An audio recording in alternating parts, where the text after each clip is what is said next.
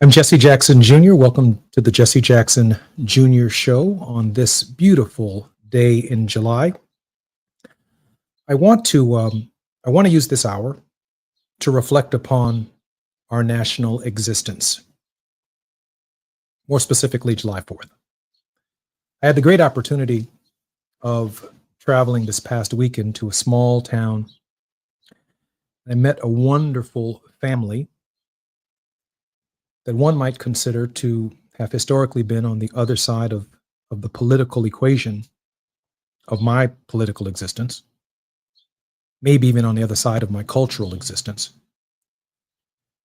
And yesterday, I went to visit my father, who is still ailing with the Parkinson's, and he's really not audible at this point. And I just stared at him, and I think he just stared back at me.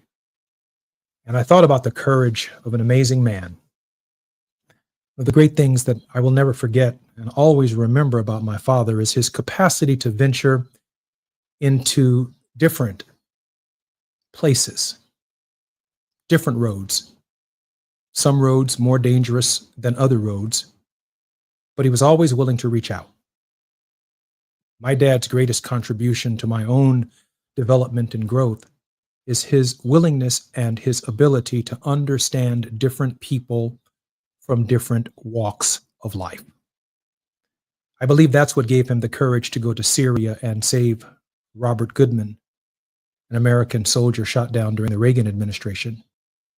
I believe that was the courage that he had to go and meet with Saddam Hussein and bring hundreds of Americans out of Iraq in the middle of a major conflict. I believe when I traveled with him to Cuba, where he met with Fidel Castro and took him to church for the first time in 3 decades. He refused to have anything to do with the church. And I watched my father negotiate the release of Americans. Many of them had run afoul of American law, and they certainly had run afoul of Cuban law, but they were Americans. And Dad was willing to go and get them. In that moment, while I stared at my dad yesterday, I thought about the courage of Jesse Jackson. Not the rhetoric, not the talk, not what the media thought of Jesse Jackson. I thought about his capacity to venture into places that no one was willing to go. And I wrestled as I sat there and stared at my father, and he stared back at me. I thought about whether or not my hero saw me even as a disappointment. But knowing that my father always pushed through and encouraged me to push through, I was particularly fulfilled in that moment, excited to be in the presence of my dad. So today I want to talk about how we heal our nation and how we heal our nation in its broken places. How can we provide our nation with a new hope, with new understanding, with venturing into places that, well, the politics say don't go? I took that liberty this past weekend and went to a community where I did not know the people, had never met them. They did not ask for me. I reached out, and a kind man reached back out to me and said, "Come, I'd like to meet you." He introduced me to his mother on her 83rd birthday, and the effervescence of her spirit was so magnetic that I want to dedicate this program to both my father and to the 83-year-old woman that I had the privilege of meeting this past Sunday. In the first hour of our program, I'm going to opine on the meaning of July 4th. It's very complicated and very layered history. I've studied just about every July 4th from 1619 to the present. It's an extremely complicated holiday. But if you venture with me for the next hour or so, I hope to arrive at this idea that there is a new hope, that we can have a new hope, that we can find strength in broken places. I had the privilege of serving in the United States Congressman with the late Congressman Max Cleland, and he wrote a book titled Being Strong in the Broken Places. It's also something that Ernest Hemingway himself wrote about. Through adversity, we can find strength. We become strong in broken places. When we come forward on the Jesse Jackson Jr. Show, I'm going to talk about the complicated history of July 4th, what it means to various groups of people, and how in the final analysis as Americans, we're going to have to come together. I'm Jesse Jackson Jr. You're listening to the Jesse Jackson Jr. Show.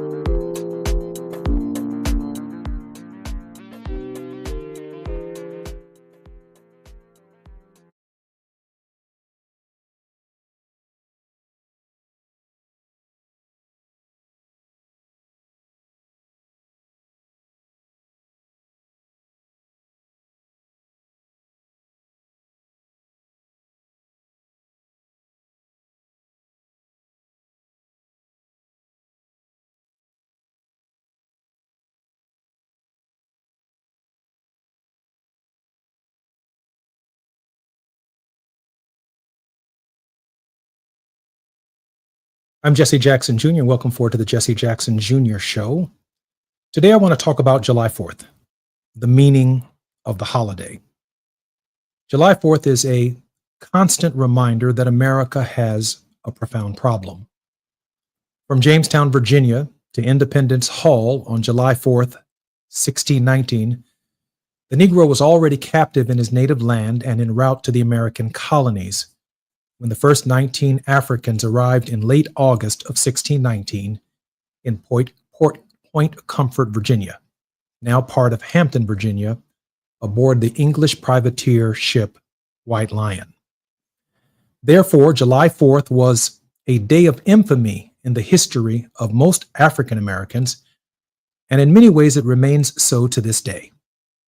On July 4th, 1620, 12 months after the first Africans arrived on these shores, they found themselves stripped from their own land and in chattel slavery. There are 157 years, 157 July 4ths, from 1619 to July 4th, 1776. The day the Pilgrims and colonists were taking their pilgrimage to America, the New Israel, and began celebrating their independence and freedom, millions of Africans. It was just another day. There were no fireworks, there was no beer, there was no barbecued ribs, there was no fried corn or baked corn or barbecued corn. It was a miserable existence. Our ancestors only knew unfreedom for 157 years before Thomas Jefferson wrote the Declaration of Independence and the magnificent words, "All men are created equal." In fact, at this moment in American history, unfreedom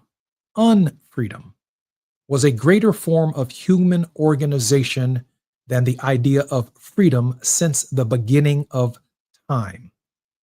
Every single society has known some form of slavery, some form of peonage, some form of second-class citizenship.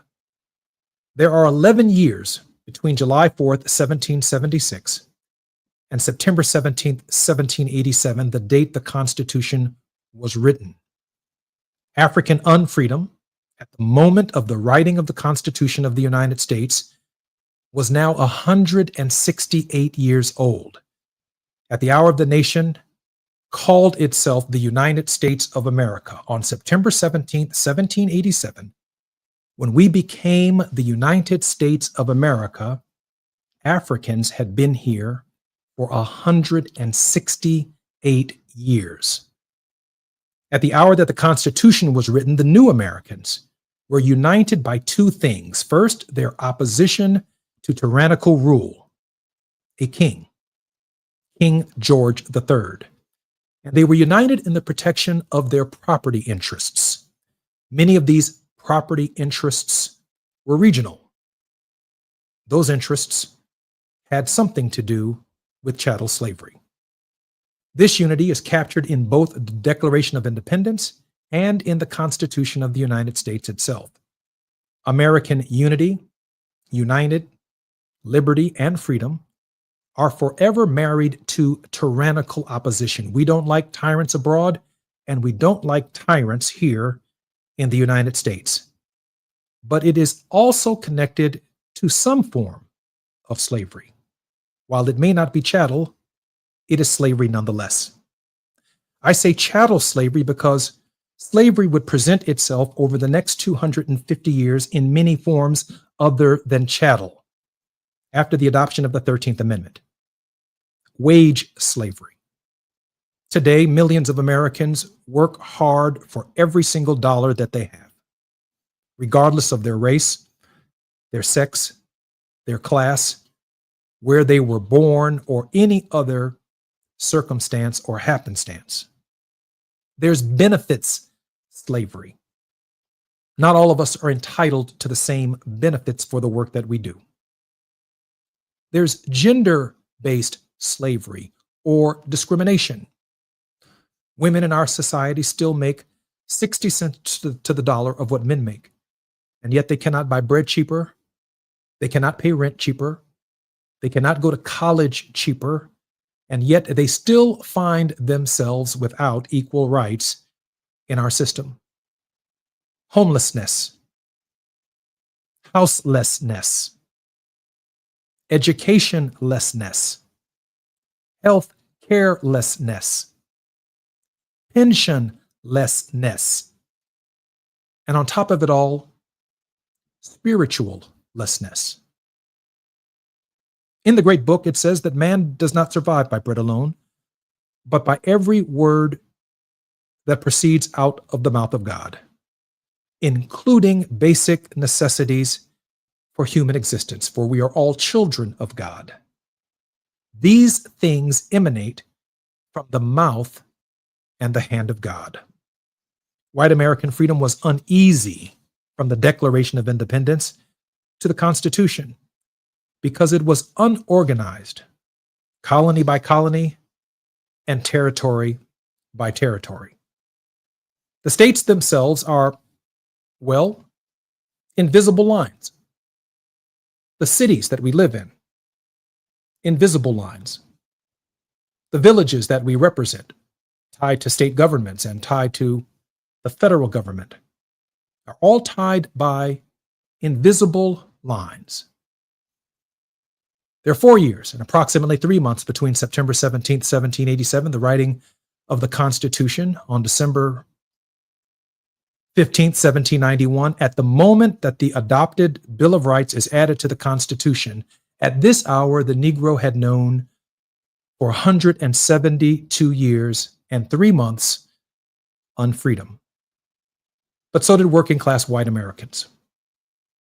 They were rural, they were suburban, they were agricultural, and yet they found themselves also in a system where some form of labor slavery was necessary for survival. I had some reflection this morning about 3 a.m. and got up and thinking about Miss Betsy Ross, an upholsterer who put the first 13 stars on the American flag.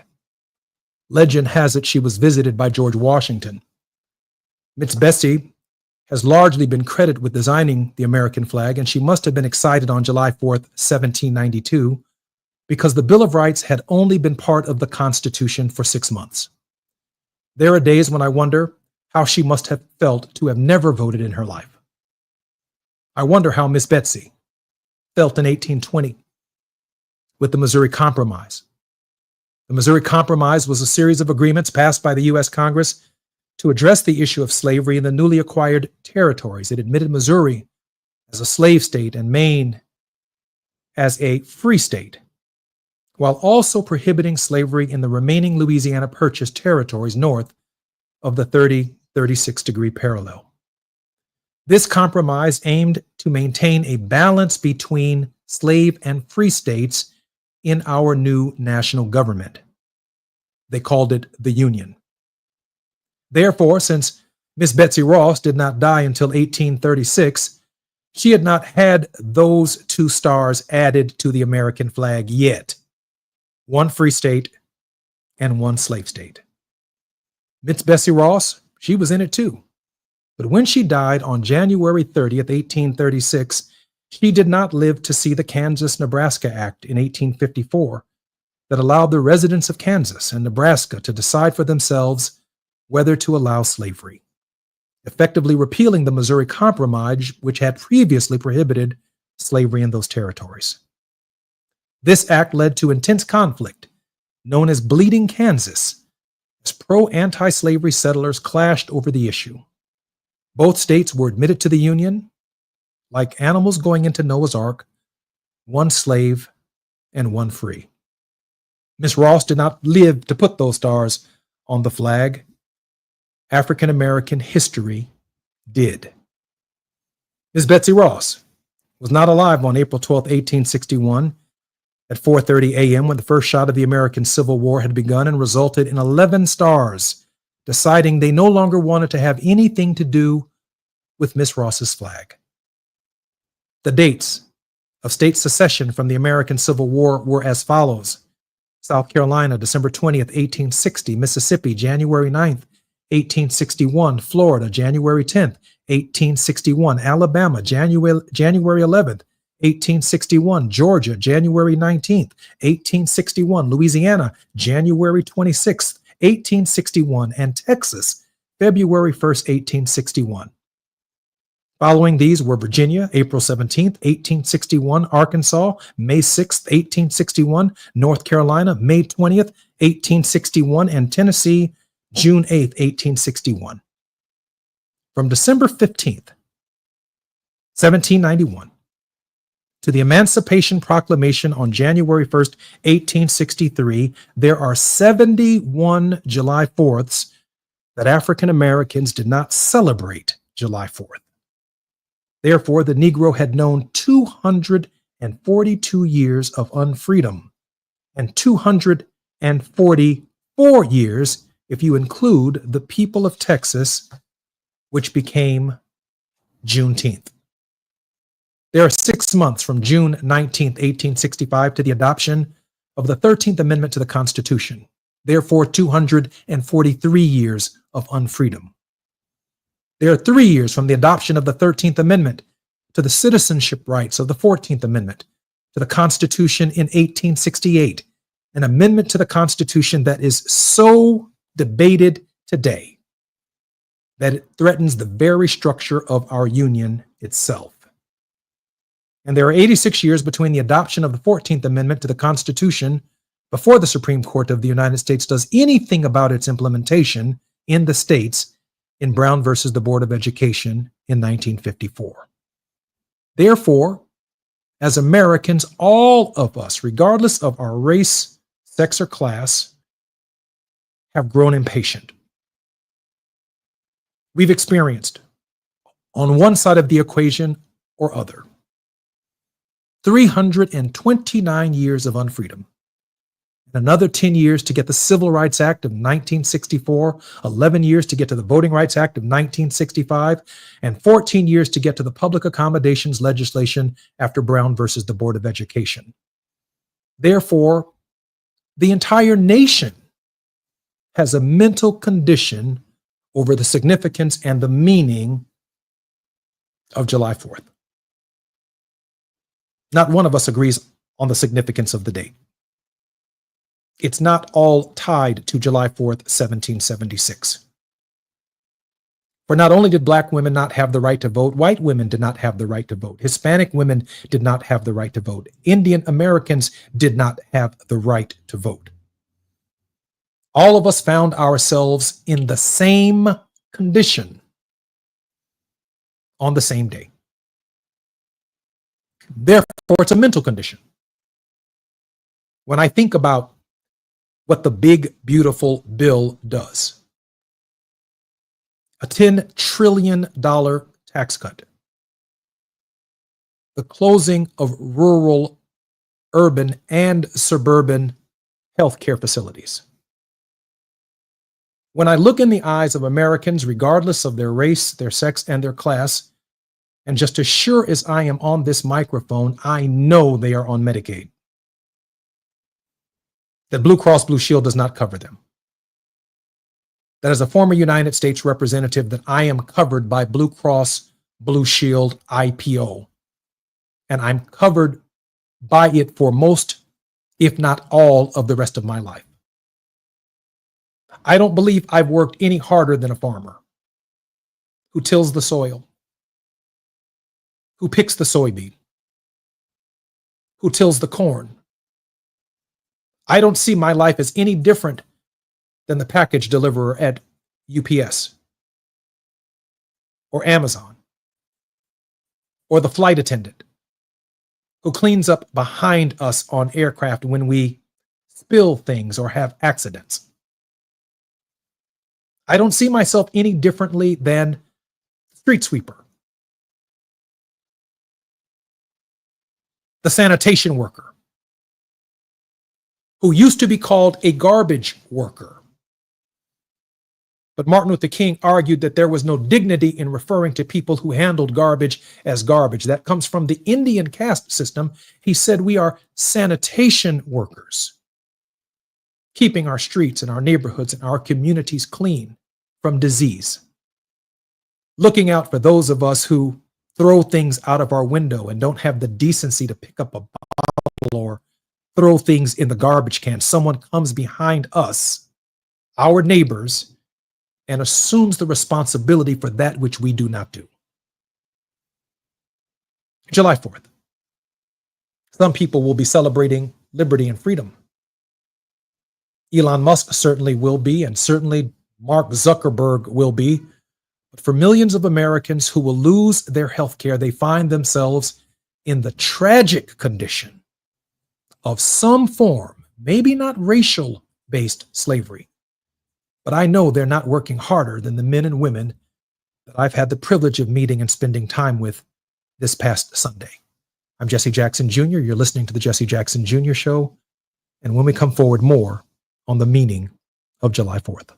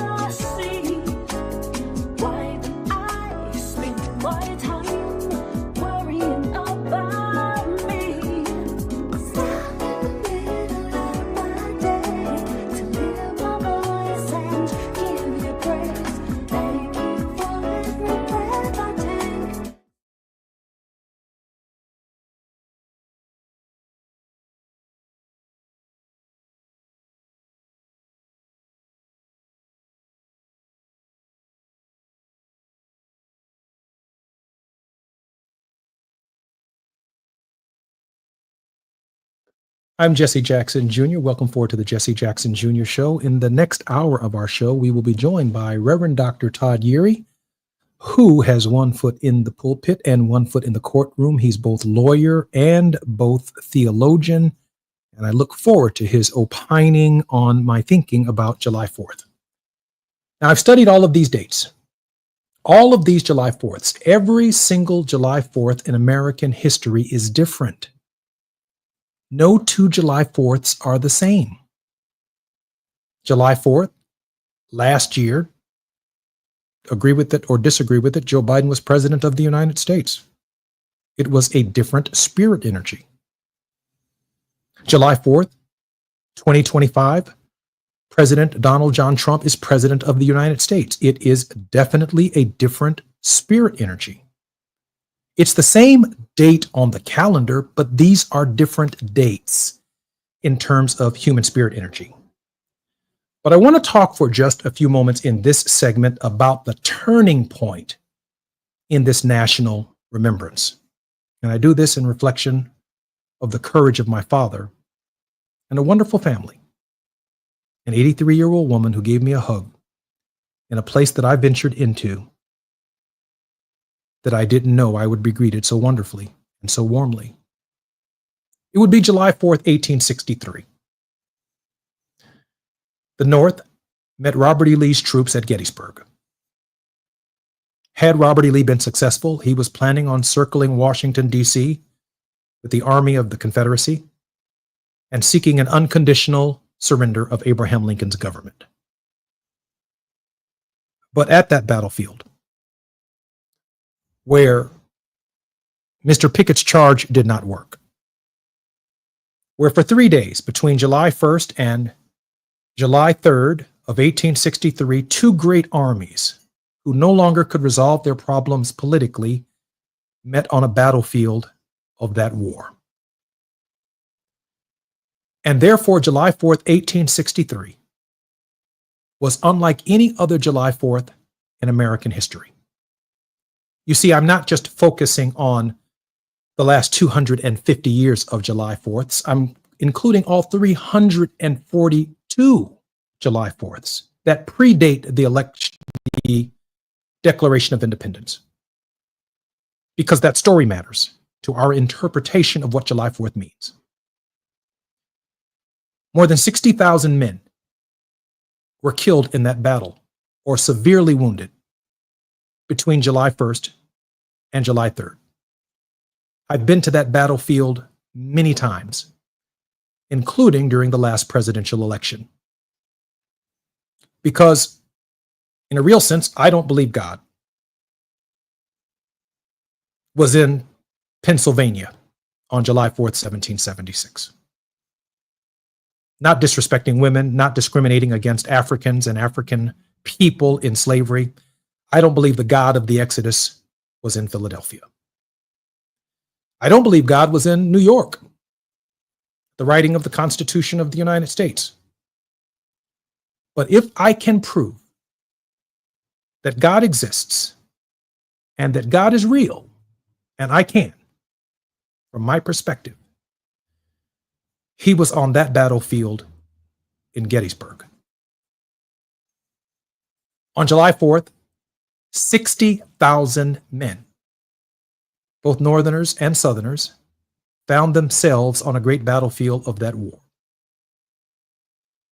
In November of that year, with the Gettysburg dead still unburied, in the sweltering heat of Pennsylvania, the smell of decaying Americans could be smelt as far away as Baltimore, Maryland. And yet Lincoln, with the courage, came to Gettysburg to say these words. 77 years ago, our fathers brought forth on this continent a new nation, conceived in liberty and dedicated to the proposition that all men are created equal. Now we are engaged in a great civil war, testing whether that nation or any nation so conceived and so dedicated can long endure. We are met on a great battlefield of that war. We've come to dedicate a portion of that field as a final resting place for those who here gave their lives that this nation might live. It is altogether fitting and proper that we should do this. But in a larger sense, we cannot dedicate, we cannot consecrate, we cannot hallow this ground.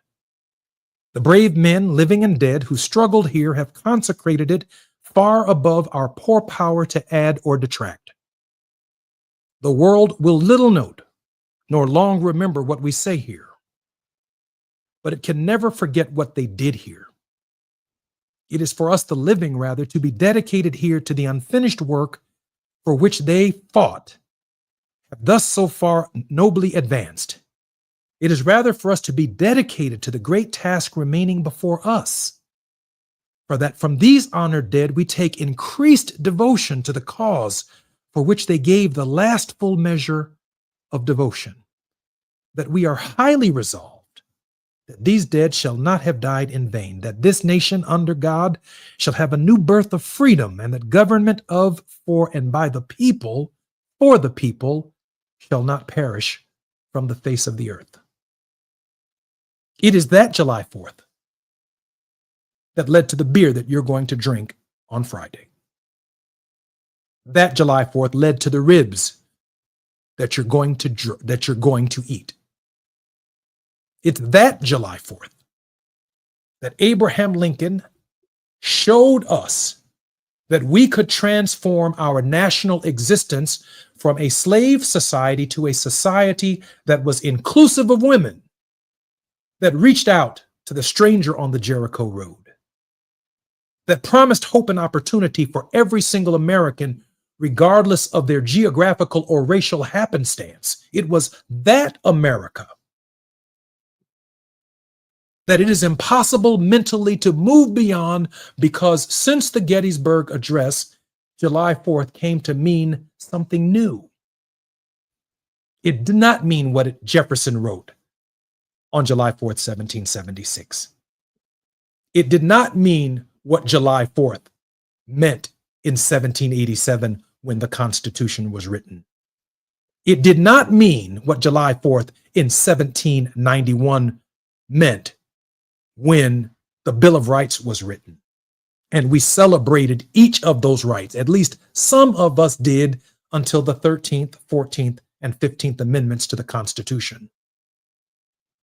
July 4th meant something else for all Americans after Brown versus the Board of Education, because the Supreme Court said we are going to try to make the American experiment work where we can live together, where we can die together in foreign wars, where we can serve together, where we can build something that human history has never seen before. A more perfect union. And so I share with us, on this July 4th, what kind of America will we be on Friday?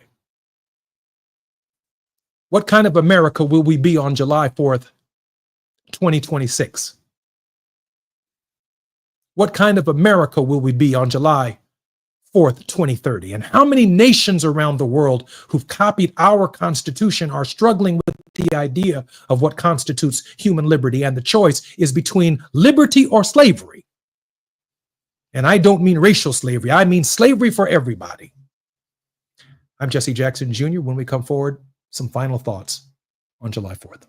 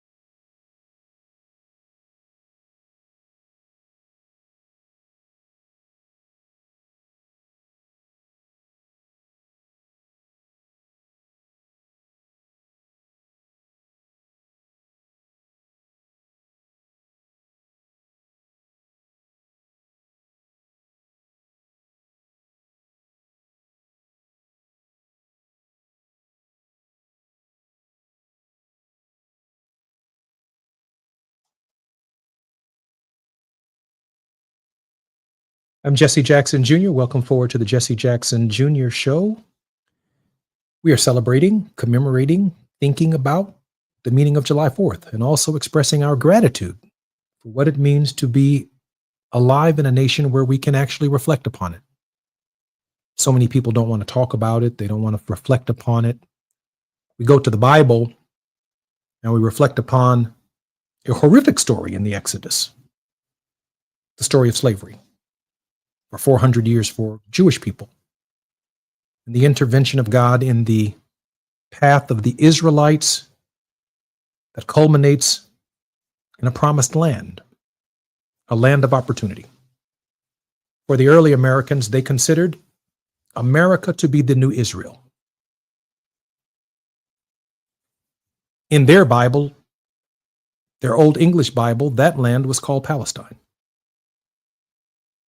In our corrected American King James Version of the Bible, it's called Israel, the Promised Land. But Americans saw themselves as founding on these shores a new Israel.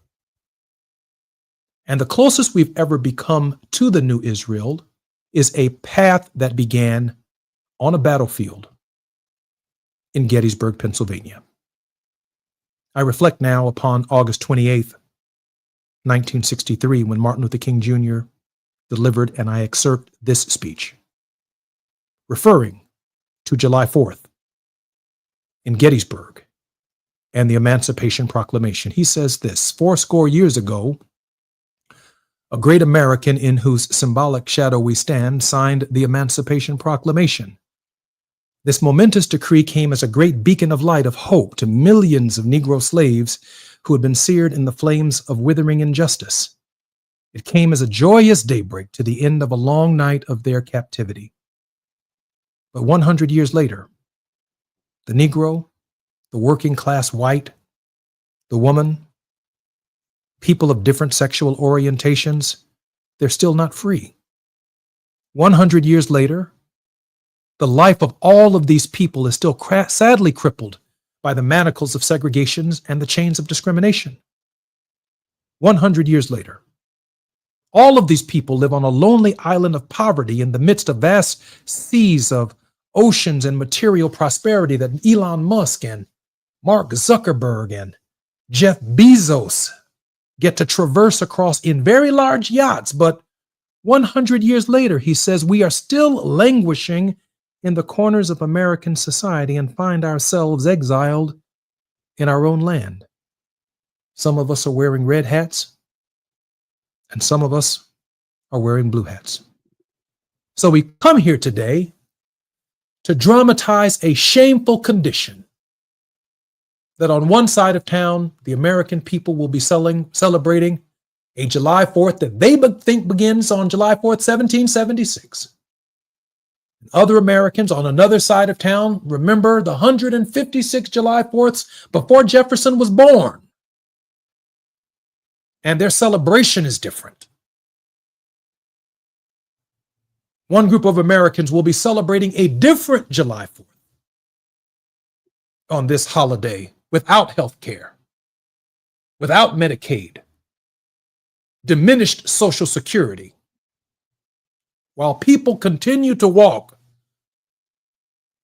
and traverse great oceans of material prosperity. Dr. King then continues, in a sense, we've come to our nation to cash a check. When the architects of our republic wrote the magnificent words of the Constitution and the Declaration of Independence, Dr. King said they were signing a promissory note to which every American was to fall heir. That there is no difference between Pontiac and Tilton and Harvey, Illinois and Markham, Illinois. It's not us versus each other. It's us versus downtown. It's us versus Silicon Valley. It's us where our jobs are being replaced by robots. It's us where they're telling us now we don't need a college education anymore. We should be doing manual labor regardless of our race or our sex or our class. All of us in a tragic movie find ourselves in a time warp going back to a system that we had long since abandoned as Americans. And so, like Dr. King, I too have a dream. It would be fatal for the nation to overlook the urgency of the moment. This sweltering summer of all of our legitimate discontent is not going to pass until there is an invigorating autumn of freedom and equality for everybody, however you choose to define it. Leave me alone. Stay out of my business. Stay out of my bedroom. Stay out of my hospital room. Respect the relationship between me and my doctor, me and my lawyer, me and my pastor. Respect that. I have a dream. When all of our red hats will be taken off and put down, and we take off our blue hats and put them down, and we try a little harder to see the humanness in our neighbor and to recognize there is not something inherently wrong with any of us, but the system that keeps producing the same condition over and over and over again needs to be transformed. No, I'm not a democratic socialist. I'm a constitutionalist. In 2001, I wrote a book called A More Perfect Union. I advanced new American rights in the United States Constitution. The right to health care of equal high quality for all Americans. If you live in a rural area or a suburban area or an urban area, you should have a constitutional right to be able to check into a hospital and receive the highest quality of care that the nation can offer. The same kind of health care that the President of the United States gets, the same kind of health care that members of Congress get, and yes, the same kind of health care that former members of Congress get. All Americans deserve the same kind of care. Basic human subsistence ought to be able to be part of the American dream. The right to an equal high quality education. It is not an accident that some schools have gymnastics and Olympians come from certain high schools and wrestling from certain high schools, and some of our schools have no coaches whatsoever. We need the Constitution to have faith in a Constitution that when we sue the federal government or the state government, these kinds of facilities will be built in our communities wherever we live, regardless of our geopolitical happenstance. America has issued all of us a bad check. It has come back marked insufficient funds. And yet America continues to find the money to give tax breaks to people who don't need them.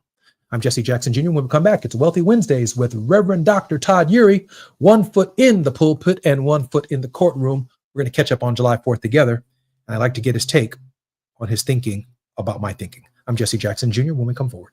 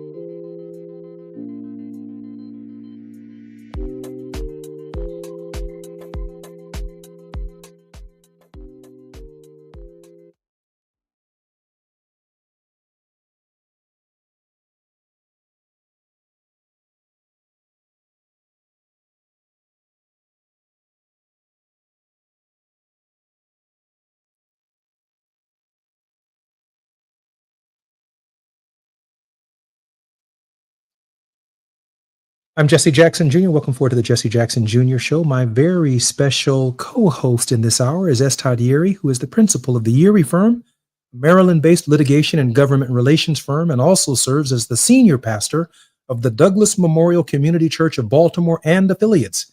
Dr. Yeary is also the former chief executive officer of the Rainbow Push Coalition, the international human rights civil rights organization founded by my father.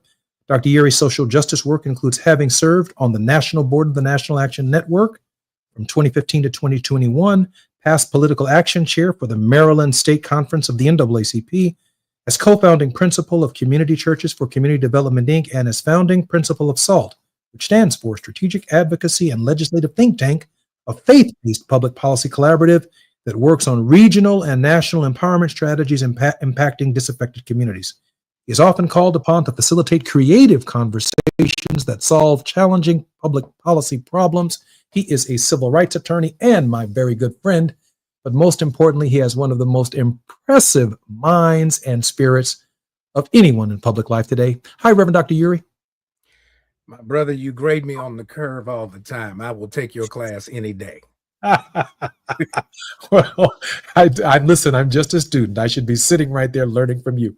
Dr. Yeary, the significance from your perspective, for the complicated nature of the July 4th holiday. We have about 4 minutes before the break, and we will obviously continue after the opening segment. Well, July 4th is always a bit complicated for many communities, especially our own. what does July 4th mean to the Negro is still, I think, a poignant question when we look at the current posture and positioning of our communities when it comes to not particularly political relevance, but political respect.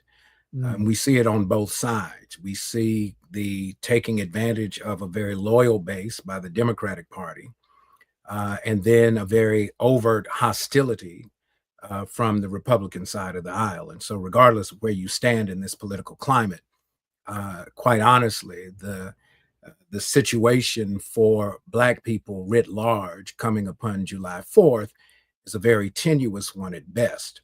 And so when we come to this notion of celebrating, quote, independence, we also have to make sure that we're not written out of the historical narrative, that independence was not established nor sustained absent a very significant and intentional participation by communities of color, particularly the Black community. And so when we have this conversation, it's not just about independence. It really is about justice. What is the unfinished business of independence that still perplexes us and confronts us to this day? And I think that's the part of the conversation where it's more than cookouts and hangouts. It's got to be about righteous demands and significant public policy shifts so that the declaration can really be one that's built on credibility and not just nostalgia. Increasingly, Dr. Yuri, I find in this experiment, including my life experiment, which is exactly what I think every life is, that on two sides of town, there are two different celebrations, there are two different holidays, and that we've not arrived at the beloved community that Dr. King fought for, the world house that he fought for, that Johnny Mack often talks about on our program. And as I travel the length and breadth of the nation, particularly when I was campaigning in 6 to 9 states during the last election, I mean, I found myself in rural Pennsylvania, but I could have been on the south side of Chicago or in the south suburbs. I could have been anywhere in the nation where traditionally African Americans may dwell, that they have far more in common with working class and poor whites than they do alone. Well, that's the reality of the moment, which makes our current political predicament all the more perplexing. When you mention the World House, I certainly have to pay tribute to Dean Lawrence Edward Carter, Sr., the Dean of the Chapel at Morehouse College. As today, he has announced his retirement from that Oh, position effective next year. wow. And so for 5 decades, he has been shaping and framing what civic engagement and human sensibility looks like in those who would serve in communities of faith across the country and over the years. And so when we think about the World House, Dean Carter often talks about this World House. It frames it in a human rights perspective. And oddly enough, this administration would make claims about human rights somewhere referenced in this bill, albeit somewhat tongue in cheek, if you will, but would withdraw from the Human Rights Council and Commission of the United Nations. And so when we think about how much work has to be done, I think we have to go back and make sure we're talking about the same thing. Because when poor people, period, poverty is a condition, it is not a color. When we look at the fact that there are far too many who have far too little to be able to address the essential needs of being able to survive, independence in America comes with an obligation, not just a celebration. And I think we get too caught up in the grill and the hot dogs instead of the policy and the obligations. And we see it going on right now that this president would push for this big, beautiful bill to come to his desk so he could sign it actually on the 4th of July, while not fully appreciating the meaning of the 4th of July and the obligation that comes with it. I'm Jesse Jackson Jr. When we come forward, Reverend Dr. S. Todd Yuri on Wealthy Wednesdays. This is the Jesse Jackson Jr. Show. Reverend Todd Yuri when we come forward.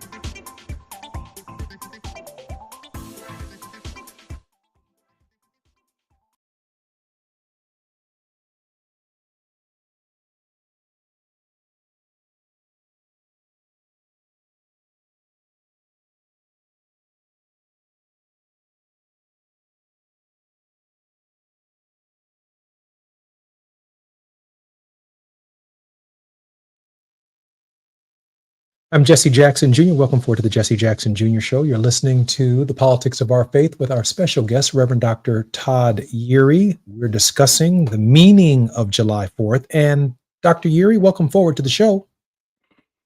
Listen, I'm not feeling very collaborative today. I'm trying to figure out what's going on. I think Marvin Gaye is guiding my sense of where we are. Well, let me help you a little bit right here. Because something you said in the previous segment got me thinking, since I've been studying all of these July 4ths and the different meanings of each of them over time. And that's this. This is the first July 4th in the history of the United States where Congress is going to pass a piece of legislation, possibly, and get it to the desk of the president, where the focus is no longer on all men are created equal. Its focus bankrupts the government, making equality between all men and women equal an impossibility in America for 100 years. It will define July 4ths as long as we are alive. That's the kind of debt that it creates. No president has ever used the occasion of July 4th to change the sacred nature of that momentous decree in the Declaration of Independence to exacerbate wealth inequality between America and all of her domestic neighbors. And I do mean Black men as well as white men, white women as well as Black women, and whatever persuasion or whatever pronoun you choose to define yourself by, that ain't my business. But the wealth inequality will forever define our Independence Day as the central core of who we are as Americans going forward. Dr. Yuri? Well, I mean, that's been the fundamental challenge to the Declaration of Independence, Independence Day, and then what gets enshrined in the Constitution. That when we hear the courts talk about originalism and how the Constitution is to be interpreted, it's not just how you read it, but who reads it and who was able to have standing to be able to read it. That's the fundamental question in the Dred Scott decision, that he did not have standing to bring a case in federal court because he was not viewed as a citizen. The other issue is the dignity of the person. Person has a legal status in the law. Well, corporations are persons under the law, according to the Supreme Court. And so now you have corporate interests claiming supremacy and priority over the needs and concerns of regular, everyday people, folks who are doing the best they can to make ends meet, to hold on for one more day, to be able to take care of their kids and raise a family in dignity and remain connected to community. And so the masses of people have gotten swept up in this prioritization of what many would argue was the defect in the original framing. That the Constitution, when we say we the people, well, who's the we and who gets to be people? When it says all men are created equal, well, we know that excluded women. They did not really have legal standing that they could assert. But also who could be a man, right? That's the issue. And so we are confronted with this regression, this revising of history that has forced the Constitution to be more inclusive over the centuries. And now this administration, in one fell swoop, in less than a half a year since taking office, is bringing us precariously close to taking us back to 1776. I mean, I'm sitting here with my mouth wide open because that's exactly what it feels like. And while many of us are celebrating with beer, barbecue, festivities, loud music, smoke a little marijuana. I've never done that, but there'll be plenty of it smoked over here in South Shore.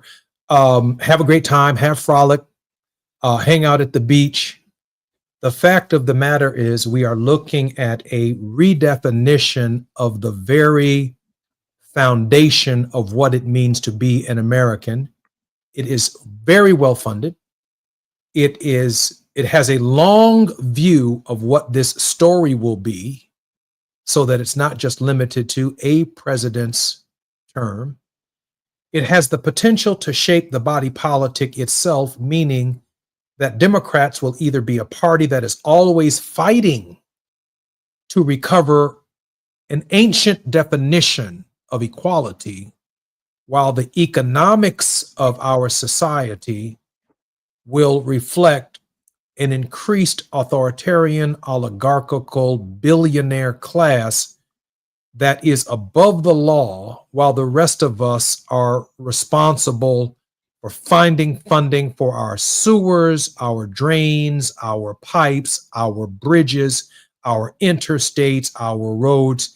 It seems to me that the American people are going to be asked over the next several decades to dig even deeper and pay different forms of taxes to accomplish just the basic maintenance that the federal government itself attempted to do by building a more perfect union. Yeah, there's this notion of taxation. Some taxes are paid in money, some taxes are paid in mortality. And so when you pull the lifeline from beneath the feet of those who need just a little bit of help to be able to make it a bit further, when the federal minimum wage still remains $7.25 to this day, and the living wage required to support one adult and one child across the country, some states kind of carved out California, New York among them because of their exceedingly increasing cost of living. But let's just say you got to work three full-time jobs just to be able to make it as one adult and one child to deal with basic needs.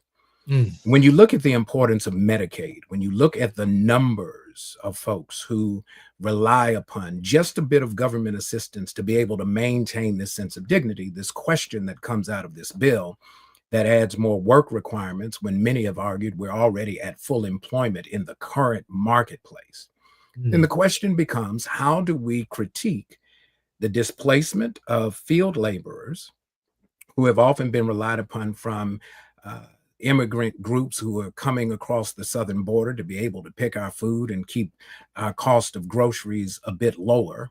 When you're displacing that, when this administration is proposing that US citizens, naturalized citizens, could be deported to a country for which they have no ties, and that could be maintained legally, at least in the current posture from this Supreme Court, we have a whole panoply of issues that make this July 4th probably the most complicated since July 4th became a thing. And Mm. that's what we've got to wrestle against and work with to be able to change not only the paradigm, but the outcomes by way of mass action, political action, social action, engagement from Lottie Dottie and everybody, because this might be the last year that we're able to enjoy hot dogs as we know them on the 4th of July. Uh, you go quit right there with my mouth wide open, trying to figure out what my next question is going to be. So let me press that a little bit, because Lincoln in the Gettysburg Address says that we are not supposed to forget what they accomplished here, but history will not little known remember what they did here, because he essentially changed the definition of the letter of the Declaration of Independence, all men are created equal, to the spirit of the matter, to the spirit of the Declaration, that yes, Elizabeth Cady Stanton would amend that spirit by saying, and yes, women are created equal as well. But there is this shaping and this perfecting of the notion that the nation itself is founded upon the principles of equality, that if we're all around a common table, and this is a table that all of God's children can sit at, that this child should not go hungry, this child from this community should not go hungry, this child from this tribe should not go hungry, this child from this barrio, this ghetto, or this trailer park should not go hungry. Work with me here, Reverend Yuri. We're losing the momentum of that sense of spirit energy from the Declaration that Jefferson himself may not have understood, but through struggle and through time, we've actually sought to perfect. Well, I think you tap into an important distinction, that all men are created equal, and then it continues, and are endowed by their creator with certain unalienable rights, among them life, liberty, and the pursuit of happiness. And so there are supposed to be some beneficial outcomes that flow from this notion of equality. And when we don't see the outputs, then that means we have to question the inputs. Some folks take the inputs for granted. We see it in this bill.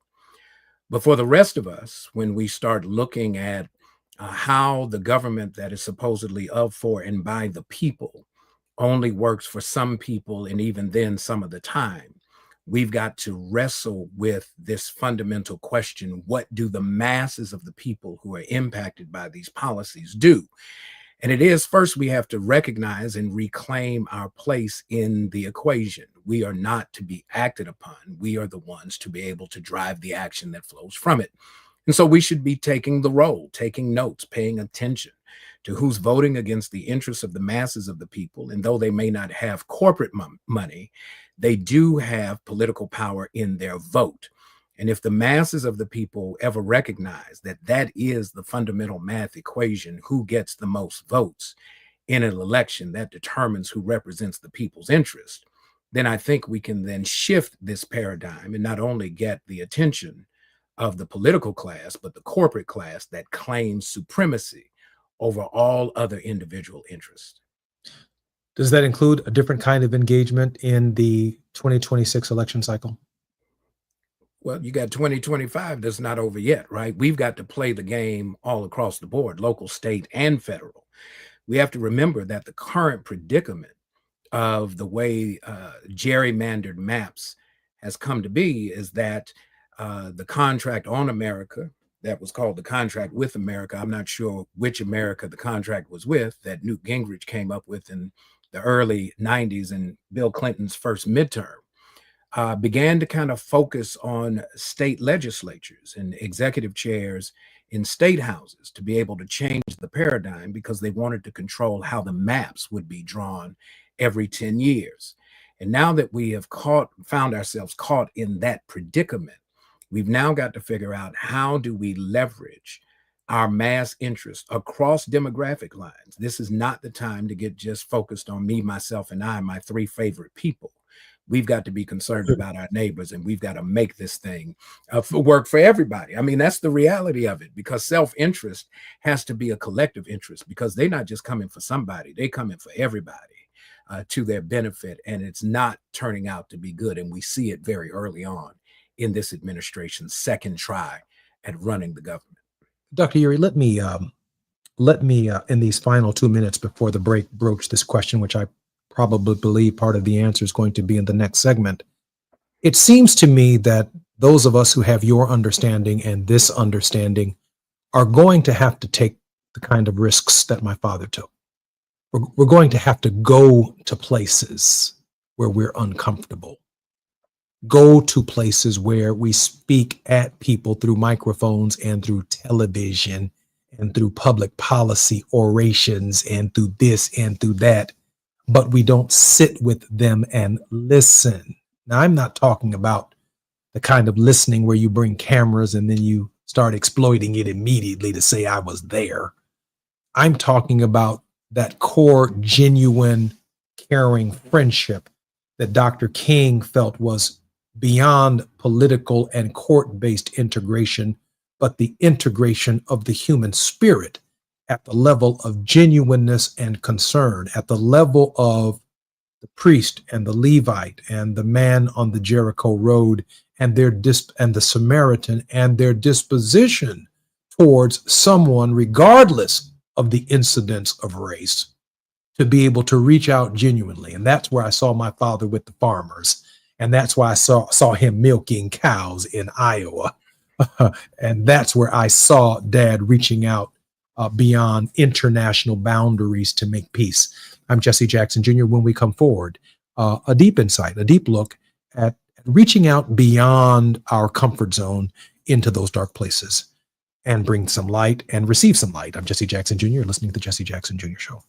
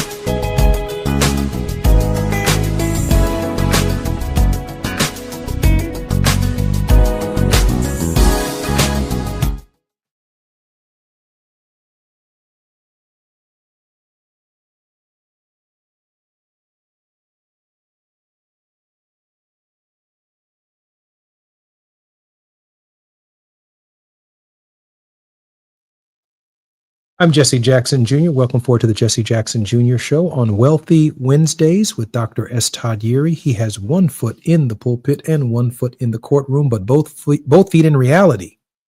Let's start with that. Dr. Yeary, welcome forward to the Jesse Jackson Jr. Show.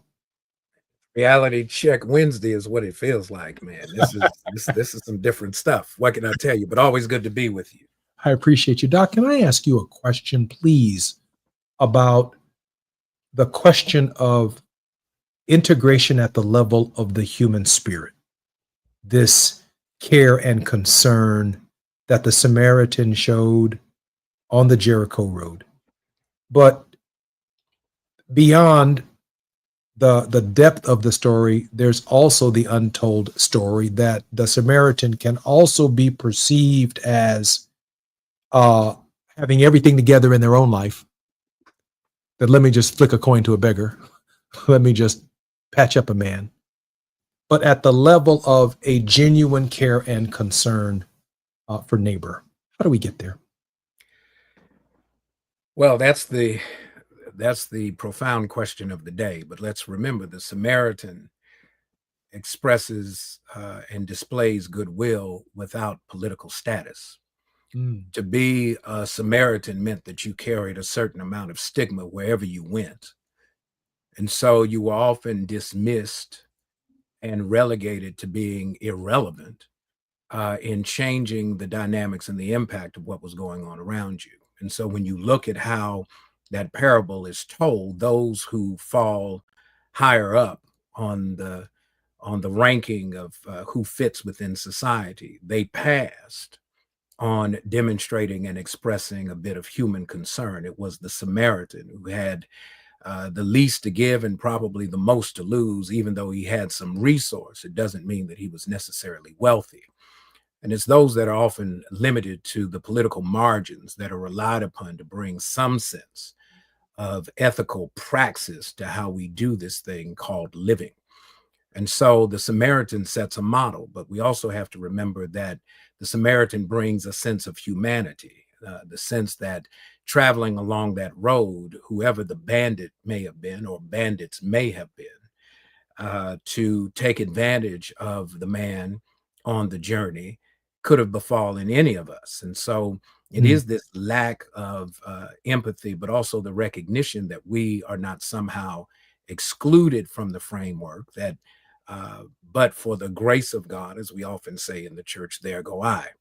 And so the Samaritan shows a different kind of compassion, a different kind of understanding that says, listen, I'm going to make sure he's taken care of. And if what I have for you now, Mr. Innkeeper, is not sufficient to take care of his needs, I will make sure that I square up with you, but not attending to this man's condition is not an option.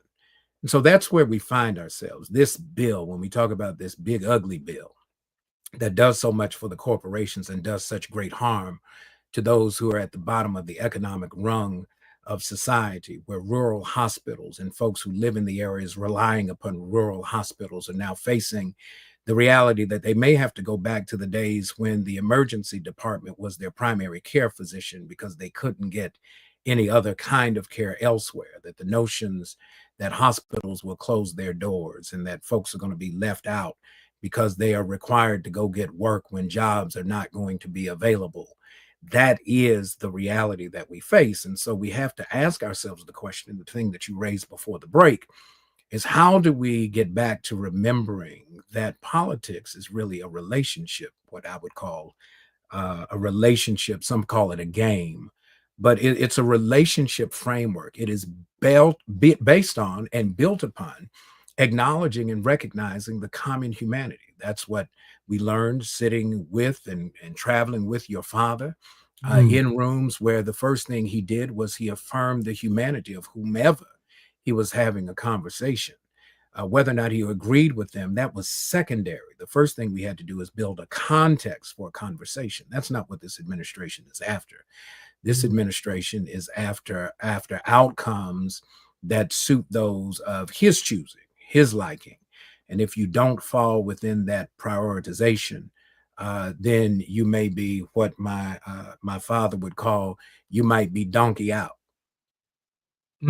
This question of integration at the level of care and concern, uh, even in our own community, integration takes on this whole myth that somehow it's a failed experiment. And I think that ending legal segregation, right, creates the opportunity for a kind of horizontal and vertical integration of spirit. And I don't think we've ever gotten there. We've been so compelled by what the court says or by what the law says that, if you're having a problem harvesting your crop, I'm willing to help. I mean, I have an extra helping hand. I want to make sure that you have air conditioning in the summer and some heat in the winter, and or you're welcome to come to my house and sit under this fan with me where the air conditioning is presently broken. So and I can't afford to fix it. So that level of care and concern where the young person helps the older man or woman across the street uh, isn't quite the Samaritan story, but there is a concern and a conscience that says, I don't think I can walk too much further beyond what I have just seen with my own eyes without going back and doing something that alters the condition of people the way in which I found them, because I'm not going to get a good sleep tonight thinking about the fact that I left them where they were when I could have done better by my neighbor. Does that make sense that the extra step does matter? Well, it does matter, but you said you got to think about it. It's got to come Yeah. to your consciousness Yeah. that the African adage, I am because we are, therefore I am, that the notion of reciprocity is important if you're going to build credible human relationships. But the other part is we get hung up, I think, on a misdefinition of integration. Integration was not just to be able to say we could go certain places with people that had historically left us out. Integration is really along the lines of what we call inclusion in the diversity, equity, and inclusion space. I want to fully participate in the operative framework that others claim as their entitlement. And it should not be excluded simply because I am who I am. That was really what was at the core of the first Civil Rights Act in 1866, that said that we, as descendants of formerly enslaved persons, would be able to fully participate in the business of America without being excluded on the basis of what our prior status of servitude may have been. We've got to have that conversation, and that conversation is not just about the changing the appearance of America. It is changing the substance of America in terms of how America responds to the least, the last, the lost, and the left behind. It cannot be.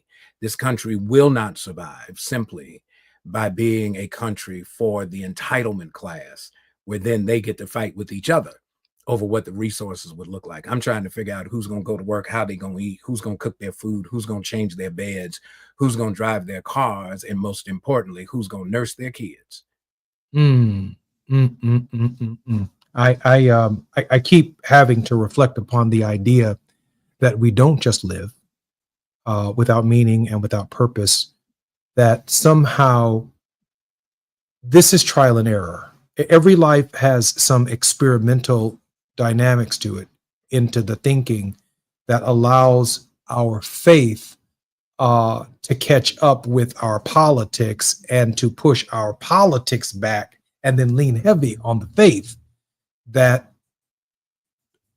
human energy reciprocates and responds to human energy in a way that political energy doesn't.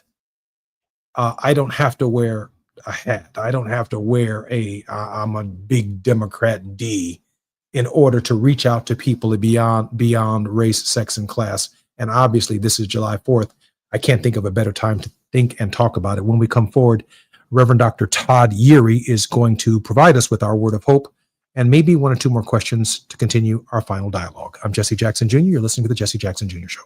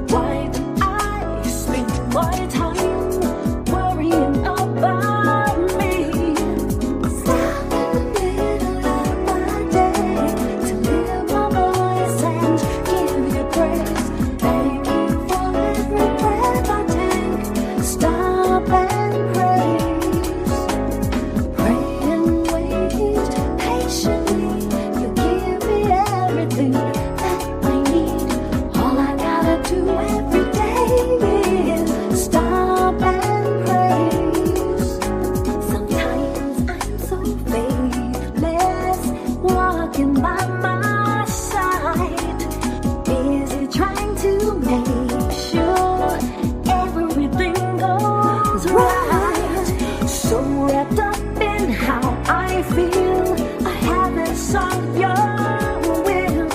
But it's time for me to stop and tell you how I feel. Stop in the middle of my day. I've got to lift my voice and give you praise. Every breath I take, stop and praise. Prayed and waited patiently.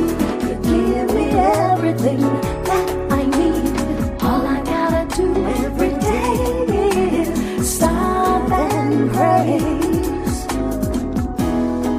Close to you, I can handle what life brings. If I concentrate, just concentrate on you. Concentrate on you.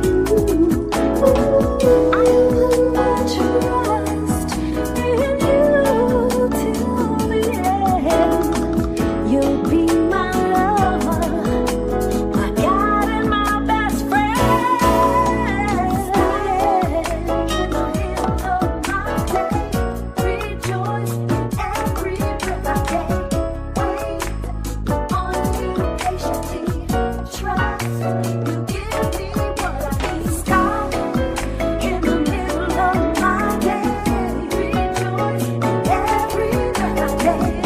Wait on you patiently and trust you give me what I need. Stop in the middle of my day to live, rejoice and give you praise. I gotta wait, Lord, I just gotta wait. Stop, trust you give me what I need. Stop, you give me everything, everything I got.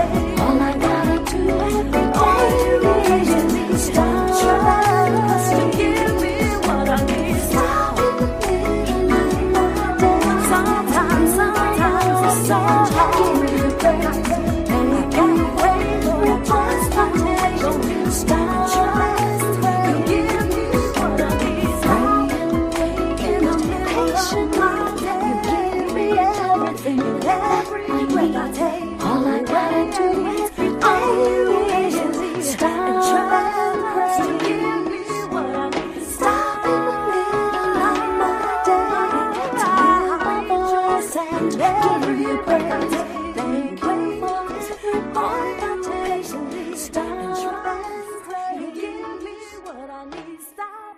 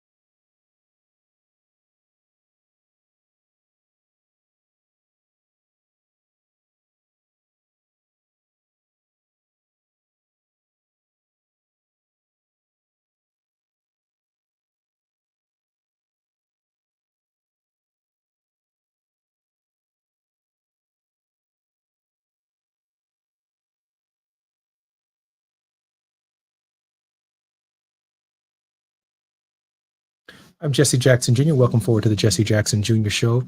Dr. Yuri is my very special guest. Dr. Yuri, welcome forward once again.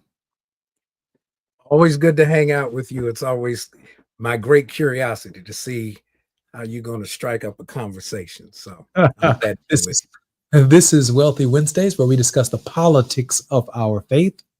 In some cases, they are one and the same, but there are people engaged in politics who are not of faith. And then there are those of us who find politics as the basis for which we bring about our faith into reality. I mean, that's kind of what it is. So much for some people who separate church from state, and they probably should, probably has no business over in the state at all. But I can't shake my core beliefs. for how I feel about humanity, which emanate from my faith, from how I engage the public and how we engage the public. And I don't know anyone who's given more thought to that than Dr. Todd Yeary. Dr. Let me ask you a couple of questions here, and then we'll get to your closing message. These are dark and dreary times for people who feel helpless with representative government. And I touched upon this in a previous show where Dr. King, who was very middle class, Boston University educated, a preacher, a pastor, extremely articulate, bright, a philosopher, a theologian, a writer, a thinker, and he had to shed himself all of that middle class stuff to suffer with people whom he wanted to deliver from a condition. Too often, our pastors, ministers see themselves as speaking to people from a church and shepherding a congregation. But more often than not, men of the cloth, women of the cloth are not suffering with the congregation, suffering with the people. They find great comfort in being behind the pulpit and all of the adornments associated with the sacredness of the word, but they're uncomfortable engaging people where their pain is. Dr. Yeary, your thoughts on that, and in these final 5 minutes, please include in that a word of hope. Well, a couple of things. For most of my colleagues, if you think about the average church congregation in America, the average congregational size is somewhere around 50 people. And so the relationships are much tighter, much more intimate, and very often very much unseen. And so the vast majority of shepherding that happens in this country is not happening in mega churches and on TV ministry. It is happening in places and spaces where all you have is the ability to know what your neighbor is dealing with. If we even understand the evolution of Black preaching, when Black preachers preached on circuits, very often the whole joke about having chicken on Sunday dinners, the way the Black preacher would often get compensated was to be able to sit at the dinner table of those he served when he was making rounds in the little towns where he was just trying to preach a word of hope. And so we've gotten so advanced in many ways that we've lost the remembrance of how we made it this far. When we sing in churches, we've come this far by faith, leaning on the Lord, trusting in his holy word. He's never failed us yet. That part of that has been we've had each other, and we still have each other. The problem is that 21st century existence is focused on trying to create loneliness where there's relationship. We have friends that we've never met in social media spaces so that we can vent in unknown corridors about whatever is ailing us, but we're not able to reach out to the neighbor who's right next door. And so in some ways, we've lost that sensibility. We've abandoned it. But sometimes it takes a good crisis to remind you that the only way you're going to make it, the first Passover, if the family didn't have enough, the other family who had more than enough was supposed to make sure that the other family did not lack. That we recognize that this is a moment where we are called to be interdependent, mutually reliant upon each other, so that we can all get to the same place. And when we sit at table, the beauty of table is the table has to be level. If the table's not level, then you're not going to be able to keep your dishes in place and not be able to keep your food from falling on the floor. And so when we sit in level places, that means we're sitting in a common space, in a common engagement that allows us to have a different level of understanding. And so here's where I would leave us in this moment while we're wrestling with the 4th of July, because we still have a table. The question is, are we willing to sit at it? And if we sit at this table, then I would invoke Frederick Douglass when he spoke about the 4th of July. He says, and I quote, "My business, if I have any here today, is with the present.